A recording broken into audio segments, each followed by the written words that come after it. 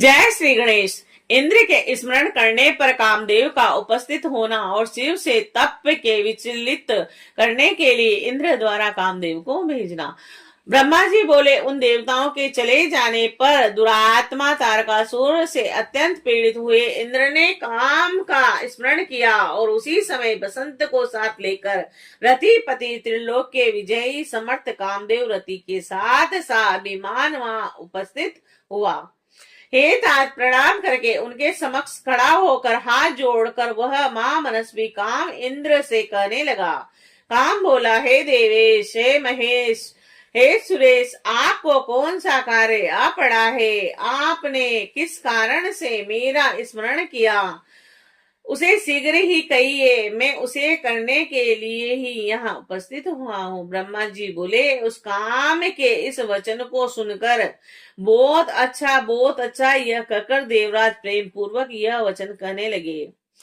इंद्र बोले, मेरा जिस प्रकार का कार्य उपस्थित हुआ है उसको करने में तुम ही समर्थ हो। हे मकरध्वज, तुम धन्य हो जो उसे करने के लिए उदत हो। मेरे प्रस्तुत वाक्य को सुनो, मैं तुम्हारे सामने कर रहा हूँ।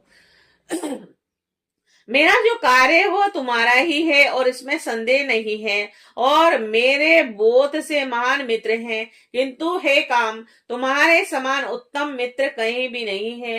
हे तात, विजय प्राप्त करने के लिए मेरे पास ही उपाय है।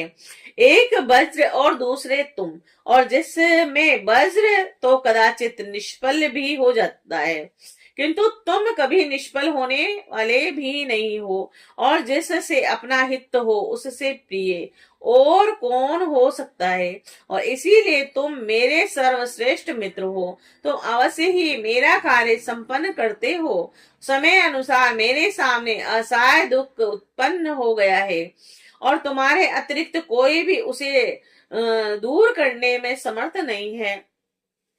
दुर्भिक्ष पड़ने पर दानी की, युद्ध स्थल में शूरवीरता की और आपत्ति काल में मित्र की, असमर्थ होने पर स्त्रियों की तथा कुल की, नम्रता में तथा संकट में उपस्थित होने पर सत्य की, और उत्तम स्नेह की परीक्षा प्रोक्ष काल में होती है। यह अन्यथा नहीं है और यह सत्य कहा गया है। हे मित्र व्रे, दूसरे के द्वारा दूर न की जा सकने वाली मेरी इस विपत्ति के आ पड़ने पर आज तुम्हारी परीक्षा होगी।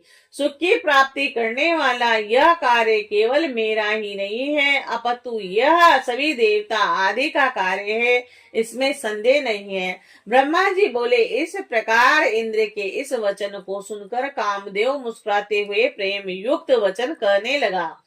कामदेव बोला, हे देवराज, आप इस प्रकार की बातें क्यों कर रहे हैं?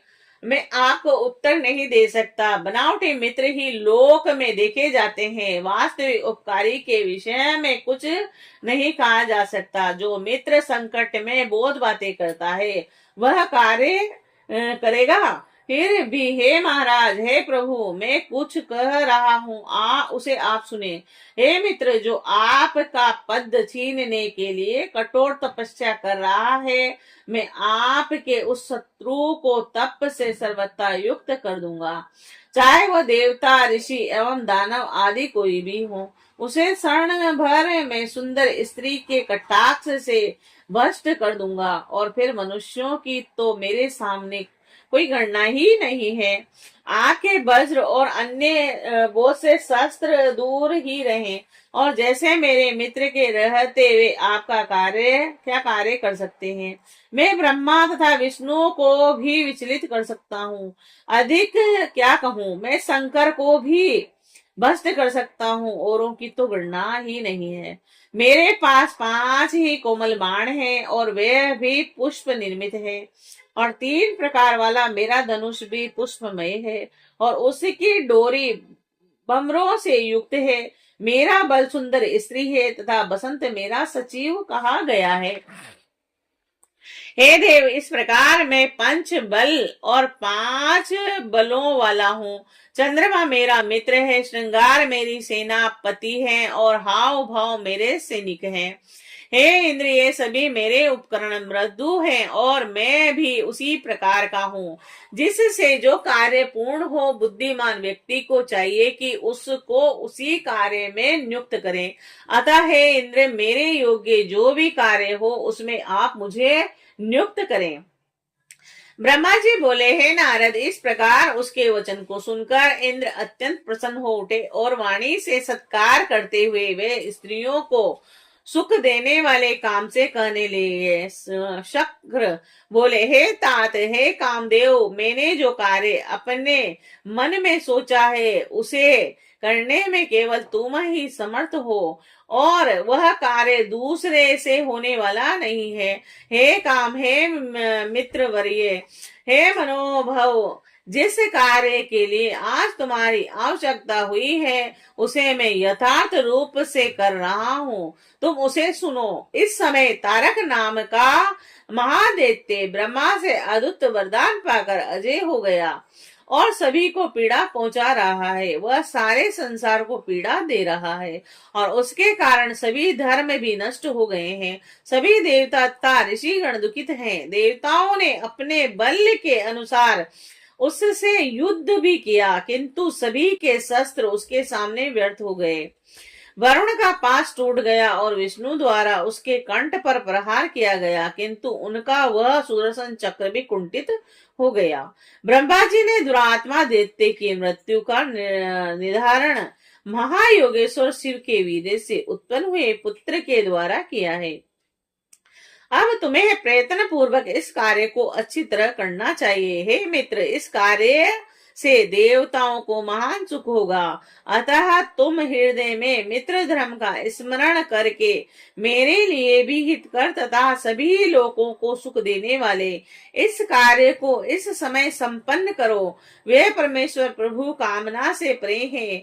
वे शंभु इस समय हिमालय पर्वत पर परम तप कर रहे हैं। मैंने ऐसा सुना है कि उनके समीप ही पार्वती अपने पिता से आज्ञा लेकर अपनी सखियों के साथ उन्हें प्रसन्न कर अपना पति बनाने के उद्देश्य से सेवा प्रायण रहती है। हे काम, इस प्रकार का उपाय करना चाहिए जिससे कि चित्त को वश में करने वाले शिव जी की अभिरुचि पार्वती में हो जाए। ऐसा करके तुम कृत्य कृत्य हो जाओ और सारा दुख नष्ट हो जाएगा और तुम्हारी कीर्ति भी संसार में चिर स्थायी हो जाएगी, इसमें संदेह नहीं है। ब्रह्मा जी बोले, इंद्र के इस प्रकार कहने पर कामदेव का मुख कमल खिल उठा और उसने प्रेम पूर्वक इंद्र से कहा कि मैं आपका यह कार्य निसंदेह करूंगा। शिव की माया से मोहित कामदेव ने उनके वचन को ओम ऐसा कहकर शीघ्रता पूर्वक स्वीकार कर लिया। तत्पश्चात जहाँ साक्षात योगेश्वर शंकर कठोर तप कर रहे थे, वहां प्रसन्नचित्त होकर अपनी पत्नी तथा बसंत को साथ लेकर कामदेव पहुंच गए। श्री शिवाय नमस्तुभ्यं।